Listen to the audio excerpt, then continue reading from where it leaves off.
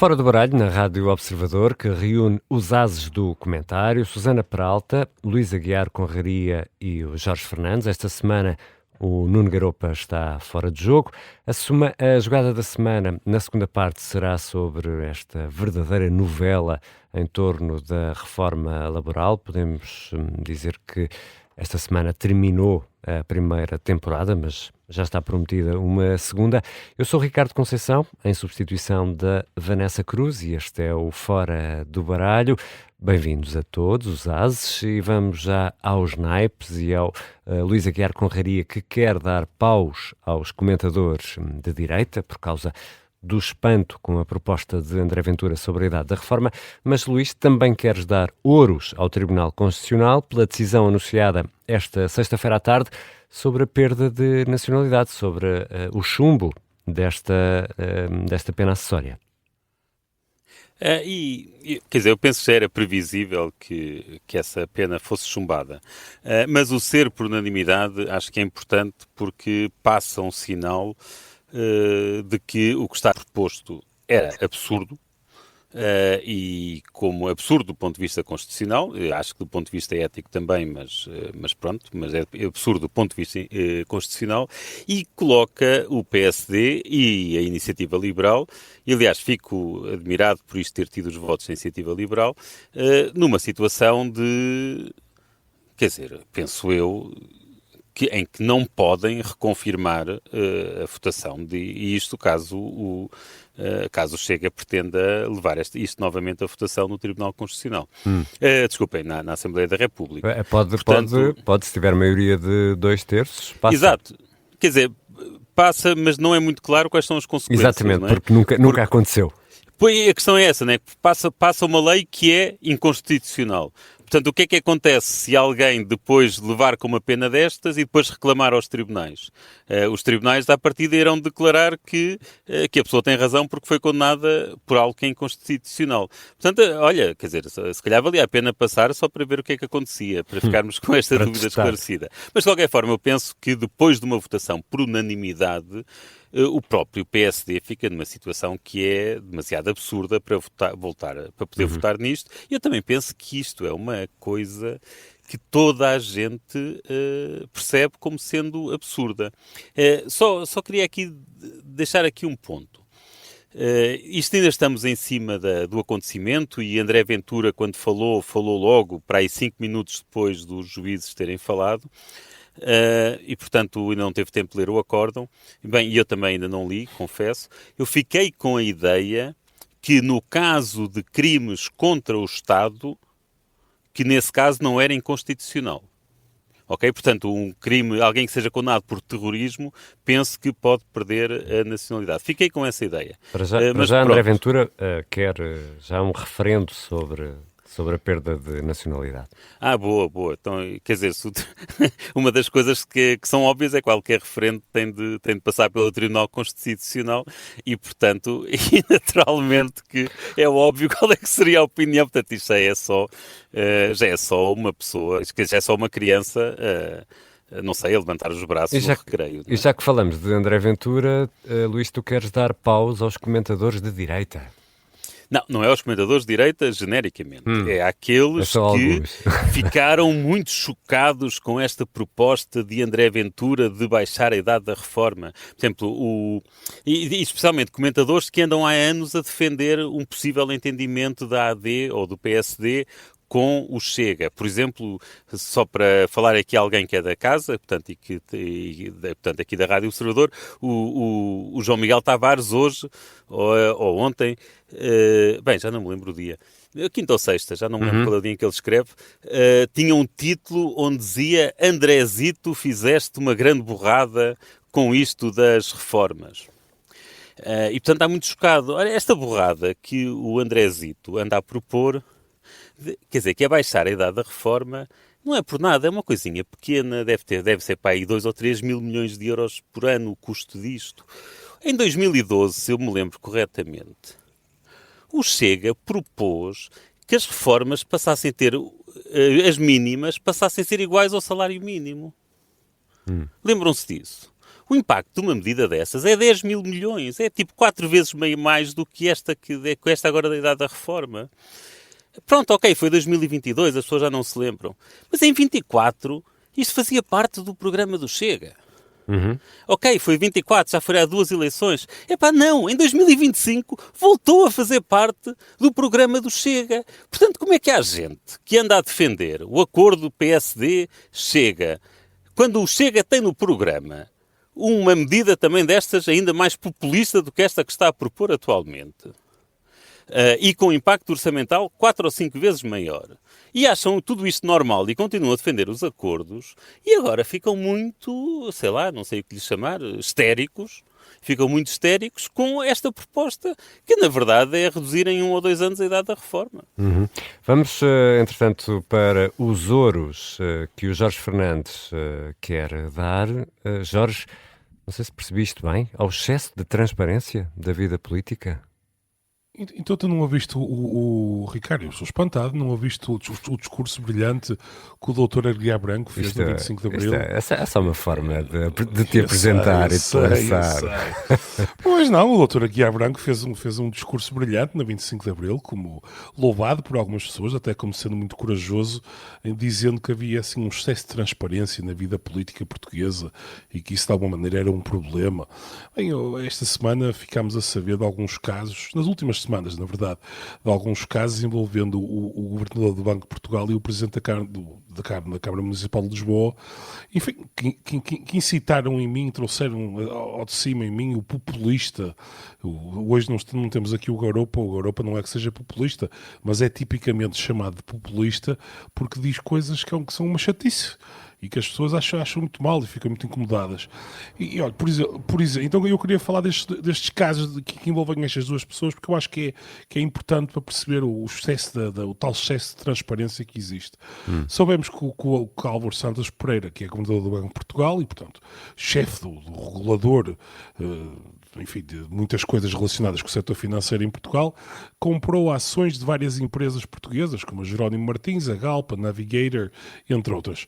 Quer dizer, é evidente que na posição institucional em que ele está, Santos Pereira tem, por definição, não é, acesso a imensa informação privilegiada, o que potencia, eventualmente, eu não sei, coisas tão prosaicas como o inside trading.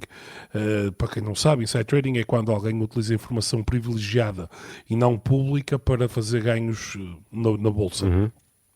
Depois soubemos ainda de Álvaro Santos Pereira, isso, uma coisa que me deixou altamente surpreendido, que na sua declaração de rendimentos, que tem uma pessoa, portanto, ele ganha cerca de 20 mil euros por mês e tem nas suas contas bancárias em Portugal, portanto, na totalidade das suas contas bancárias em Portugal, a ordem, a prazo, tudo, apenas 1.166 euros. Portanto, uma pessoa pergunta onde é que o governador do Banco de Portugal terá o dinheiro? No estrangeiro? Em paraísos fiscais? Bem, na verdade não sabemos. Portanto, o facto de ele ter o dinheiro no estrangeiro, se não o declarando, no fundo, derrota a própria ideia de transparência. Portanto, se ele é obrigado, e se toda a gente começar a fazer isto, portanto, se todos os políticos e todas as pessoas envolvidas, de alguma maneira na política, têm que entregar declarações ao Tribunal Constitucional e à entidade da transparência, se toda a gente começar a meter dinheiro no estrangeiro, bem, daqui a pouco toda a gente começa a dizer que tem 1.000 euros na conta, enfim, e portanto e deixamos de saber ter qualquer noção de qual é a situação patrimonial destas pessoas e fazer de resto comparações antes e depois dos cargos.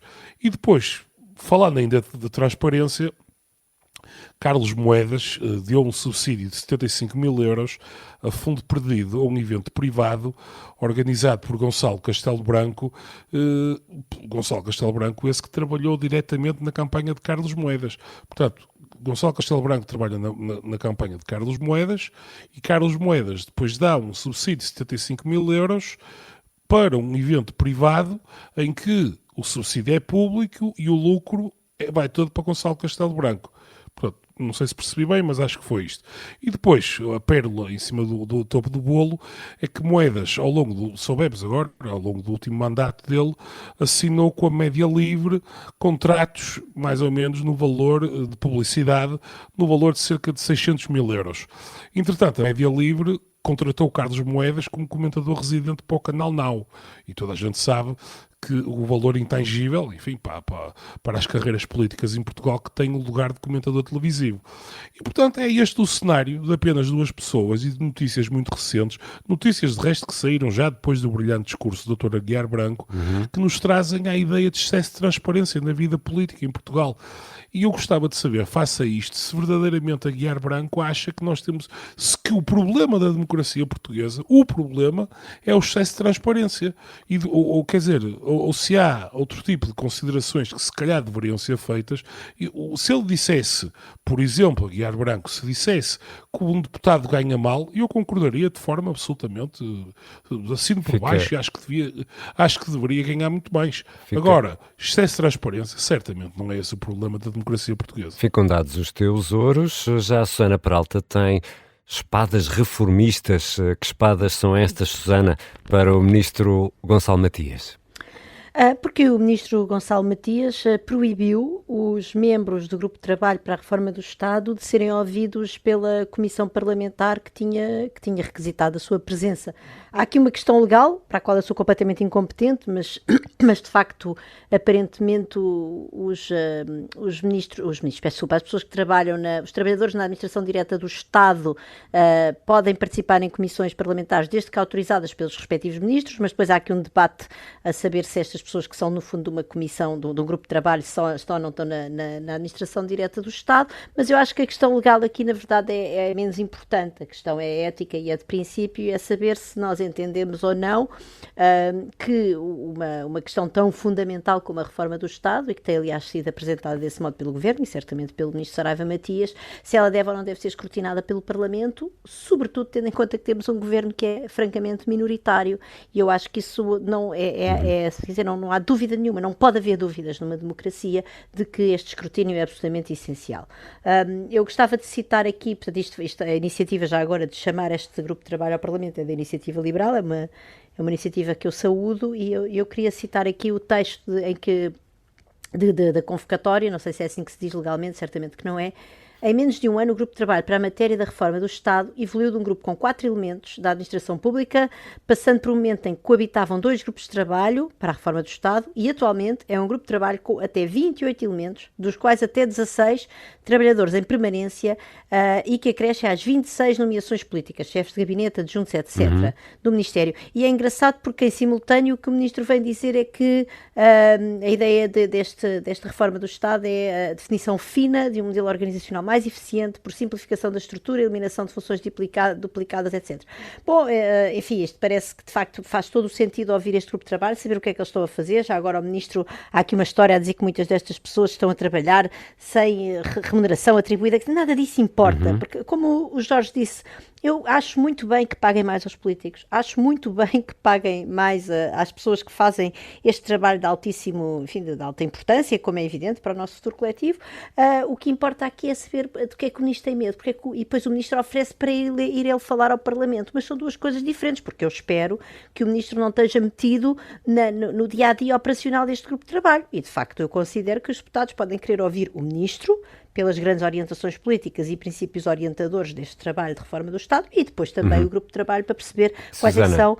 Sim, temos de parar. Ainda tenho um minutinho para ti, para ires à linha do Alentejo. Eu quero a linha do Alentejo porque eu tenho um carinho por essa automotora, porque eu de facto já apanhei a automotora que faz a ligação entre o entroncamento e a estação de Badajoz, portanto é a nossa única ligação ferroviária com Espanha. Já foste feliz lá, não foi, Susana? Já fui muito feliz nessa automotora. Essa automotora é uma automotora a diesel, extremamente barulhenta, que percorre as paisagens maravilhosas do leste alentejano, e que aparentemente terá ficado por estes dias 3 horas parado algures na planície à espera de assistência porque teve uma avaria.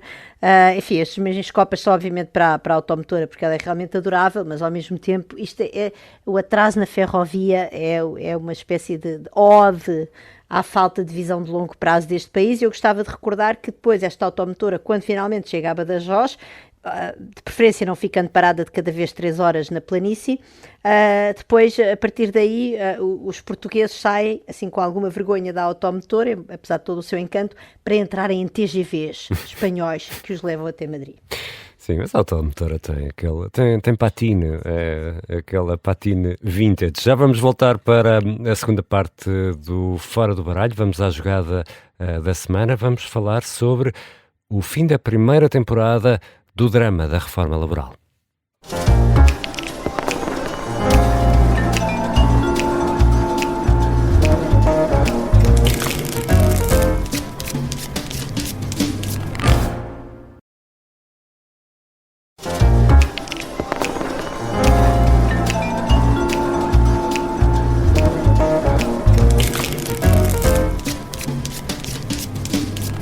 Segunda parte do Fora do Baralho, com Luís Aguiar Conraria, Jorge Fernandes e Susana Peralta. Hoje o Nuno Garopa está fora de jogo. Eu sou o Ricardo Conceição.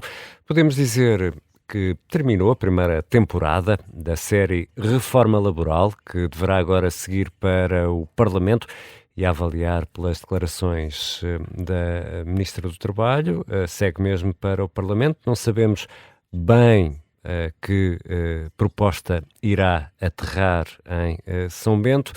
Susana, começo por ti. O processo começou mal, o pecado original está na forma como tudo arrancou e depois acabou sem acordo em sede de concertação social? Quer dizer, o governo não tinha de maneira muito explícita no programa de governo com o qual foi eleições uma reforma certamente não tinha uma reforma tão ambiciosa, tinha lá 2 ou 3 medidas acerca do direito à greve, quer dizer, coisas que eram substanciais, mas não incluía uma reforma desta amplitude que fosse a mais de 100 artigos do Código do Trabalho.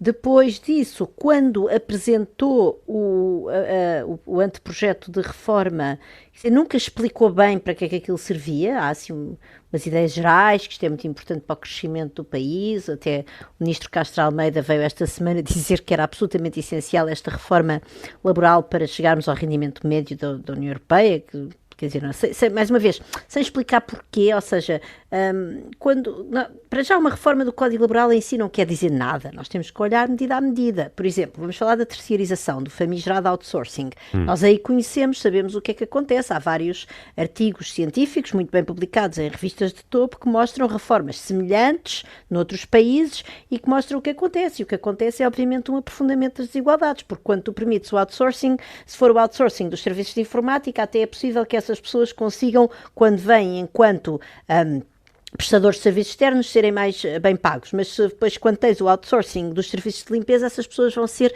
sempre menos bem pagas e com os seus direitos diminuídos. E, portanto, é sobretudo um mecanismo amplificador das desigualdades e depois perceber se isso aumenta ou não aumenta o rendimento médio, depende se são os informáticos, quer dizer, se os informáticos ganham a mais, compensa ou não a desgraça das pessoas que vêm limpar e dos seguranças e etc. E atenção que, enfim, depois disso, mesmo que isso aumentasse o rendimento médio, nós depois podemos ter um debate a dizer se queremos ou não queremos. Mas seja como for, quer dizer, o governo nunca explicou isto, não veio explicar porque é que queria aumentar a questão dos contratos a prazo. Enfim, podemos ir agora. Portanto, tinha que ser, obviamente, não era suposto vir com uma comunicação que explicasse as 100 medidas, mas era muito importante que explicassem 2 ou 3 medidas, ou em 5 medidas-chave, qual era o mecanismo, o que é que tinham em mente, como é que isso ia. Não explicaram nada, apresentaram isto de uma maneira completamente arrogante, não negociaram nem com os parceiros sociais, certamente não com os parceiros sociais que representam os trabalhadores, e também não com a oposição. Portanto, a mim parece-me evidente que isto estava condenado a não sobreviver. Não levaram ao limite a tentativa de negociação? O governo não levou ao limite a tentativa de negociação?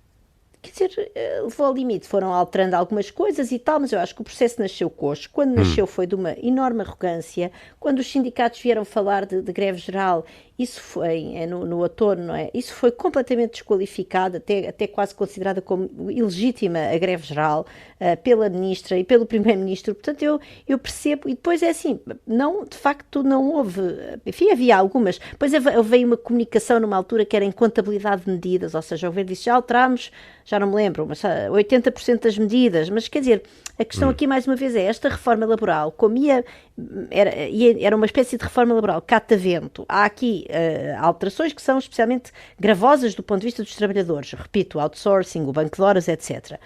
E depois há outras que são um bocadinho mais de detalhe, Então, portanto isto não é uma questão do número de medidas que o governo estava ou não estava disposto a alterar, era uma questão das reivindicações das medidas que os sindicatos consideravam mais gravosas para os trabalhadores. nós, no episódio em que vamos responder às perguntas dos nossos ouvintes deste domingo, eu e o Luís Aguiar Correia falamos precisamente sobre a entrevista do ministro Castro Almeida ao público, em que salienta para ele a importância fulcral desta reforma. A resposta do Luís a esse ponto será dada no nosso episódio que vai para o ar no domingo de manhã e fica disponível em podcast também no domingo. Já vou a ti, Luís. Jorge, achas que tudo isto acaba por ser mal amanhado pelo governo no início? E já agora, deixa-me já fazer outra pergunta, que é se no fim a ministra acaba por sair bem de tudo isto. Jorge Fernandes. Bem, eu acho que o governo tem um problema. Sim, eu acho que o problema central, o governo tem 2 ou 3 problemas centrais nisto tudo. Em primeiro lugar, pelo menos que eu me recorde, não houve qualquer discussão durante a campanha eleitoral, nem me lembro até de ter sido um tema de campanha, por Mas exemplo, deixa-me pegar nisso. Deixa-me pegar nisso. Exato, tu fizeste o votómetro e sim. a Susana também falou nisso. Mas é assim tão surpreendente que um governo PSD proponha uma reforma deste calibre?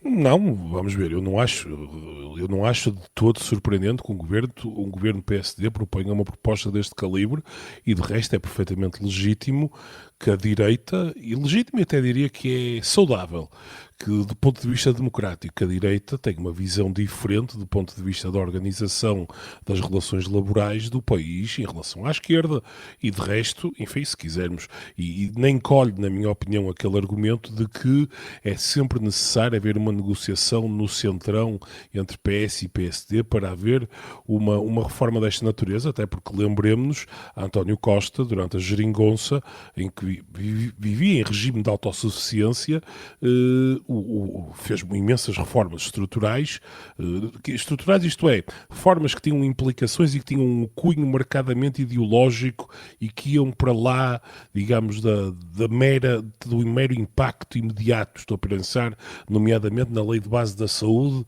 em que na altura foi muito polémico porque se atirava, digamos, se diminuía fortemente portanto, a participação dos privados no providenciar de cuidados de saúde em Portugal. E, portanto, a mim não me parece minimamente ilegítimo que o PSD tenha um modelo social e económico diferente para o país e que queira implementar esse modelo. Dito isto, acho que, sob o ponto de vista da legitimidade do mandato eleitoral, a natureza, digamos assim, a extensão e a profundidade deste tipo de medidas que estamos aqui a discutir e que estão a ser discutidas neste momento, na minha opinião, pedia clareza e pedia que, durante a campanha eleitoral, o governo, e Luís Montenegro, nomeadamente, especialmente sendo um governo já, enfim, de alguma maneira, em busca de uma reeleição, tivesse de forma clara dito aos portugueses que uma das suas, digamos, pedras de toque, até, enfim, para citar Castro Almeida, para aumentar a produtividade e elevar os padrões de vida em Portugal, era a reforma laboral. Portanto, isto não é uma coisa menor, nem é, digamos, alguma coisa que surgiu porque houve algum fator exógeno Jorge, que não mas era previsto. também se acusa governo, este etc. governo e este primeiro-ministro de não terem ímpeto reformista. Certo, Ricardo, mas quer dizer, depois, certo, mas depois há outra coisa. A segunda coisa que eu queria falar, mais uma vez, como repetimos continuadamente aqui no Fora do Baralho, este governo tem, e Luís Montenegro especificamente, um mandato político curto, do seu ponto de vista do tamanho. O PSD tem é uma minoria muito minoritária, digamos assim.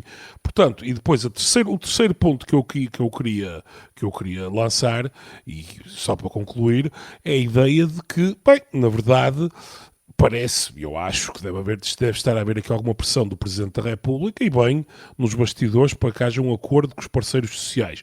Porque, do seu ponto de vista da legitimidade formal, digamos assim, do acordo, nada impede que, não havendo acordo na concertação social, o Governo passe isto no Parlamento. Na minha opinião, não o deveria fazer e deveria repensar, dada até a extensão do que estamos a fazer. E eu termino só dizendo uma coisa.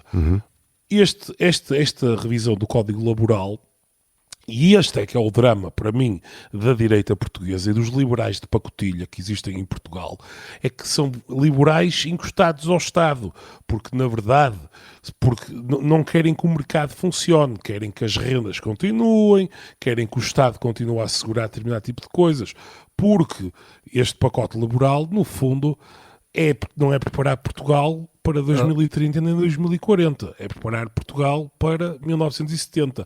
Basta pensar, por exemplo, que não há uma palavra sobre automação ou sobre os problemas que eventualmente chegarão ao mercado laboral em Portugal e em todo o mundo já estão a chegar de resto quando muitas funções forem substituídas pela inteligência artificial. Luís Aguiar Conraria, quem olha para este processo, eu diria para o cidadão comum que está no seu carro a caminho de qualquer coisa, ou de almoçar ou de jantar, conforme a hora que estiver a ouvir na rádio ou em podcast este Fora do Baralho, olhando para tudo isto e para a forma como os diversos atores se comportaram neste drama, Luís, achas que se impõe a pergunta: então os trabalhadores, pá, alguém defende realmente os trabalhadores no meio disto tudo?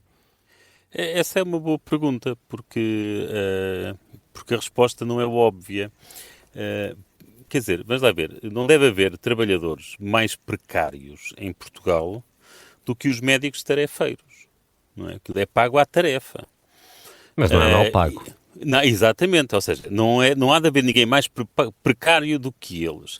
E de certeza absoluta que esses médicos preferem essa situação de extrema precariedade a serem contratados pelo SNS, e daí, aliás, as medidas que me parecem que vão no sentido correto da Ministra da Saúde, que foram anunciadas também sexta-feira ou quinta, não é? Foram anunciadas na quinta-feira. Exatamente. E, portanto, ou seja, a precariedade não é automaticamente sinónimo de desastre para os trabalhadores. Aqui por precariedade estou aqui a equivaler isso à flexibilidade do mercado laboral. Mas isso são esses, porque são poucos. Há outros mercados onde o poder negocial está do lado das empresas e não do lado dos trabalhadores. E, nesse caso, sim, ou é necessário ou proteger os trabalhadores, ou via legislação, ou garantir que as empresas têm um comportamento mais concorrencial. Eu depois também falarei sobre isto no domingo, não é? Exato. Mas parece-me que olhar para os trabalhadores, e aliás, ou então olhar para a produtividade, implica olhar para esses diferentes setores, e implica que a reforma não possa ser só num dos setores. E portanto eu aqui imagino que a UGT esteja aqui desconfiada. Mas quer dizer, eu penso que o que tu tinhas aqui perguntado também está implícito nas tuas perguntas, é se a UGT alguma vez esteve nisto de boa fé. E eu realmente fico com a ideia que nunca esteve de boa fé nestas negociações. E antevês mais drama agora na segunda temporada, no Parlamento? Quer dizer, eu espero que sim, não é? Porque aqui a minha profissão é ser comentador e quanto mais drama, mais comentário tenho para fazer. Mas eu também me parece, eu fiquei muito admirado com a posição da SIP e com estas cedências que a SIP fez ao GT. É porque depois tivemos essa coisa do papel e não há papel e não está escrito no papel. O que me parece é que isto foi quer dizer, olha, vou dar uma de Jorge, aqui de Fernandes e vou entrar na cabeça das pessoas e fazer aqui uma declaração de intenções das pessoas. Depois na cabeça de John Malkovich, na cabeça de Jorge Fernandes. Vou entrar aqui numa de assumir que sei o que é que as pessoas querem. Eu, quando estava a ouvir aquilo, pensei, estes tipos estão aqui estão a dizer ao André Ventura, porque o André Ventura teve esta posição de força com a história da reforma aos 65 anos. Eu só aprovo isto como está, só aprovo se baixarem esta coisa para os 65 anos. É a reforma. Obviamente que isso é um disparate, mas a CIP deu ao André Ventura os pontos. Ok, olha, se nós estamos dispostos a ceder nisto, no banco de horas, como é que é? No banco de horas, ao fim de um ano, se as horas não estiverem equilibradas, as horas que faltarem, portanto, que estiverem por repor, digamos assim, pagamos como horas extraordinárias. Esse tipo de coisas, ou seja, que são cedências, é um bocado aceitar algumas das contrapropostas que o GT já tinha feito. Isso dá a desculpa perfeita ao André Ventura para poder dizer, com estas cedências, eu estou disponível para aprovar. Susana. Portanto, essa foi a minha interpretação da CIP, mas não faço ideia, não é? Portanto, honestamente. Susana, tu ainda queres acrescentar algo sobre a negociação coletiva? Eu quero falar sobre isto dos sindicatos, ou seja, há muito, de facto, tem havido muito no debate, não é só que o GT não representa ninguém. Será enfim, 2%, não é? A taxa de sindicalização dos trabalhadores, a diminuição da sindicalização dos trabalhadores é um fenómeno que se tem observado ao longo das últimas décadas, desde os anos 80, onde teve um pico em todos os países, enfim, na média da OCDE e na maior parte dos países da OCDE. Há alguns onde há um aumento da sindicalização, mas são de facto poucos. Portanto, é um fenómeno que é global, acontece em todos os países. Mas isso é culpa dos sindicatos ou não? Não, estamos a falar da cobertura sindical, de todos os sindicatos. Mas não estou a falar estou-te a da cobertura do GT. Se isso é culpa dos sindicatos. Se é culpa dos sindicatos. Não é culpa dos sindicatos, é culpa de alterações no mercado de trabalho, do facto de nós termos pessoas que não têm vínculos muito estáveis com o mercado de trabalho e, portanto, não percebem qual é o... Enfim, não têm outras coisas em que pensar e não veem necessariamente um objetivo imediato. Numa era de informação, essas pessoas é porque não estão informadas sobre... Temos também uma estrutura das empresas que não facilita isso, ou seja, nós sabemos que as taxas de sindicalização, e isto é, outra vez, comum a todos os países da OCDE, ou à generalidade dos países, certamente à média da OCDE, portanto, eu estou a citar números e estudos da OCDE. As empresas maiores têm maiores taxas de sindicalização e o nosso tecido produtivo é constituído, como é sabido, muitas PMEs, onde também o trabalho sindical acaba por ter menos... Enfim, é mais difícil fazê-lo em pequenas empresas. Bom, Portugal, neste momento, está de facto num dos países... Está entre os países menos sindicalizados da OCDE, portanto está bastante abaixo da mediana e da média da OCDE. Agora, continua a ser um dos países onde há mais a negociação, enfim, peço desculpa, não é um dos países onde há mais, também não quero exagerar, mas é um país onde a preponderância da negociação coletiva é das mais elevadas, isso é mesmo incrível, é para aí o 6º ou 7º país da OCDE com maior cobertura de negociação coletiva. Eu tenho aqui os números mais recentes, a OCDE 2023-24, Portugal tem uma cobertura de negociação coletiva que vai aos 80%, a média da OCDE é para aí 30%, e portanto isso também quer dizer que as pessoas sentem na mesma o respaldo dos sindicatos, enfim, em todo caso é uma hipótese de trabalho que eu acho que nós devíamos considerar cada vez que eu tenho ouvido tanto na comunicação social e no comentariado esta coisa da total denegrir completamente os sindicatos como se eles fossem inúteis. As pessoas sentem o respaldo dos sindicatos apesar de não estarem sindicalizadas. Mas a questão aí, Susana, pergunto, sim. Mais do que o papel dos sindicatos ou perceber o papel dos sindicatos, não é o facto das pessoas não se sentirem representadas por sindicatos que aparentemente, e digo aqui aparentemente, estão mais interessados no jogo político ou partidário do que na defesa dos seus associados? Mas eu Eu acho que o GT tem problemas de governação, acho que realmente, enfim, há aqui questões que têm a ver com a transparência da gestão do sindicato, com a sua presidência ser um bocado longeva. Eu estou disponível para ter esse debate. Agora, eu não tenho a certeza que o GT não tenha estado a representar, de facto, os interesses dos trabalhadores aqui, porque as medidas que o GT interpretou, em todo caso, trouxe a público como mais gravosas, são aquelas que eu também me considero mais problemáticas. O banco de horas individual, que é como disse o Luís, questão do outsourcing, a questão do outsourcing, quer dizer, nós pensamos exatamente o que disse o Luís relativamente aos médicos tarefeiros, ou seja, esta coisa da flexibilização do mercado de trabalho, ela é sempre boa para quem tem poder negocial, para pessoas altamente qualificadas, com competências que são raras e difíceis de substituir. Agora, para as pessoas que têm competências fáceis de substituir e que são pouco qualificadas, é tudo o que esta desproteção dos trabalhadores é muito problemática. E, portanto, eu via o GT nesse sentido. Eu não via o GT aqui a jogar jogos políticos. Pois é evidente que, enfim, o sucesso da UGT nas negociações depois tem um impacto político interno.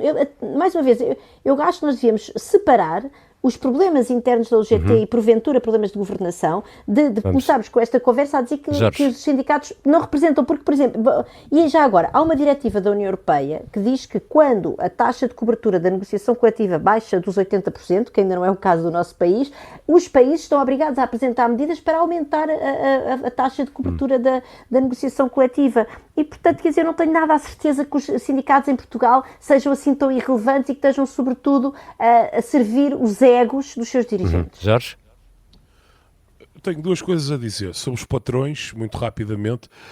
Acho sinceramente, olhando, esta semana finalmente tive algum tempo para olhar com alguns detalhes para as propostas que estão em cima da mesa, e acho sinceramente que qualquer empresa que necessita... Se estas medidas são a diferença, digamos assim, para uma empresa ter ou não sucesso em Portugal, essa empresa deve fechar as portas, porque de facto nada daquilo é substancial. Quer dizer, os problemas da economia portuguesa não são resolvidos por aquilo, não há ali nada que vá fazer aquilo que Castro Almeida pretende. Portanto, isto é só uma cortina de fumo para eventualmente fazer um frete aos patrões e ajudar os patrões sob esse ponto de vista quer dizer, não vai certamente ser por ali que nos vamos desenvolver. Sobre esta questão dos sindicatos, Portugal tem um problema histórico que vem do 25 de Abril, a maneira como os sindicatos nasceram, que são muito condicionados pelos partidos, e sob esse ponto de vista há críticas muito fortes a fazer aos sindicatos. De resto, o sindicalismo em Portugal tornou-se, no fundamental, um sindicalismo de função pública, isto é, quem está sindicalizado, na prática, são funcionários a quem, de resto, muitas medidas do Código de Trabalho, na verdade, nem se aplicam, não é? Portanto, são pessoas que têm um regime de trabalho muito especial e, portanto, sob esse ponto de vista, o sindicalismo não é representativo portanto, o sindicalizado médio não é representativo do trabalhador médio e, portanto, isso é uma crítica evidente que se pode fazer. Agora, isto não significa que os sindicatos não possam, de alguma maneira, conseguir transportar para a concertação social. Existe uma teoria na ciência política enfim, que chama a representação surrogativa. Eu penso que é assim que se traduz para o português, em que as pessoas, no fundo, não representando diretamente pessoas que as elegem. Olha, vou dar um exemplo que é um clássico que aparece nos livros de ciência política, quando o Bono, que não é um mau cantor, o homem dos U2, diz que utiliza a voz dele para representar as crianças da África. Bem, o Bono não é eleito pelas crianças da África, nem tem um mandato das crianças da África, mas ele diz que representa. Enfim, portanto, o exemplo aqui é meramente anedótico, mas o ponto aqui é que, de facto, os sindicatos, mesmo não tendo uma base eleitoral interna que, de alguma maneira, os mandate com uma definição específica sobre aquilo que devem fazer, podem fazer a tal representação surrogativa em que, de alguma maneira, se quisermos, para o benefício da democracia portuguesa, a mera fricção e a mera clivagem entre sindicatos e patrões, vai-nos dar um resultado coletivo mais ótimo, mais ótimo, digamos assim, do que aquilo do que seria um resultado de meramente da imposição de qualquer um dos lados. Em defesa dos direitos dos comentadores, bom fim de semana a todos. Vocês têm direito ao vosso fim de semana. Aqui fica decretado o fim de semana para o Fora do Baralho. Nós voltamos no episódio de domingo e quem tiver dúvidas, inquietações, queira partilhar com os ases do Fora do Baralho, é fácil enviar um e-mail para foradobaralho@observador.pt. Bom fim de semana.